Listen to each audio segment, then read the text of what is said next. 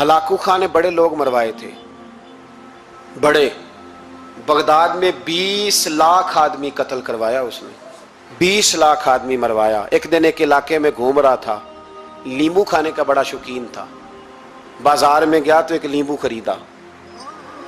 اس نے دیکھا کہ بازار میں بوڑھے بچے جوان خریداری کر رہے ہیں، تو کہنے لگا ابھی بھی اتنے مسلمان زندہ ہیں، بناؤ ان کی لائنیں، قتل کرنا ہے۔ 3 لائنیں بن گئی، ایک بوڑھا آدمی بھی لائن میں آ گیا، لیمو کھا رہا ہے، اس کو ہلکا ہلکا چوستا ہے، گھوڑے پہ بیٹھا ہے، قتل کرا رہا ہے لوگوں کو۔ ایک بابا جی پہلی صف میں تھے، جب پہلی صف قتل ہونے لگی، بابا جی پچھلی صف میں دوڑ کے ہو گئے۔ ہلاکو خان ہنس رہا ہے اس کو دیکھ کے، معاذ اللہ، جب بندہ ہوتا ہے نا کسی منصب پہ پھر وہ مذاق اڑاتا ہے دوسروں کا۔ بابا دوسری صف میں آیا تو ہلاکو خان نے وہ بھی قتل کرائی، تو بابا دوڑ کے تیسری صف میں، آخری صف کے کونے پہ جب بابا کھڑا ہو گیا نا تو سارے بندے مر گئے۔ بابے کو قتل کرنے لگا جلاد، ہلاکو کہنے لگا ٹھہر جا، کہنے لگا بابا تو تیسری صف میں آیا تھا، تیرا کیا خیال تھا بچ جائے گا؟ بابا کہنے لگا خیال نہیں، میرا یقین ہے کہ میں بچ جاؤں گا، میرا شرط یہ ہے کہ یقین ہو اندر، شرط یہ ہے کہ ہنس کے کہنے لگا ہلاکو خان کیسے؟ تو بابا کہنے لگا اگر اللہ چاہے تو بچ سکتا ہوں، اگر اللہ چاہے تو میں۔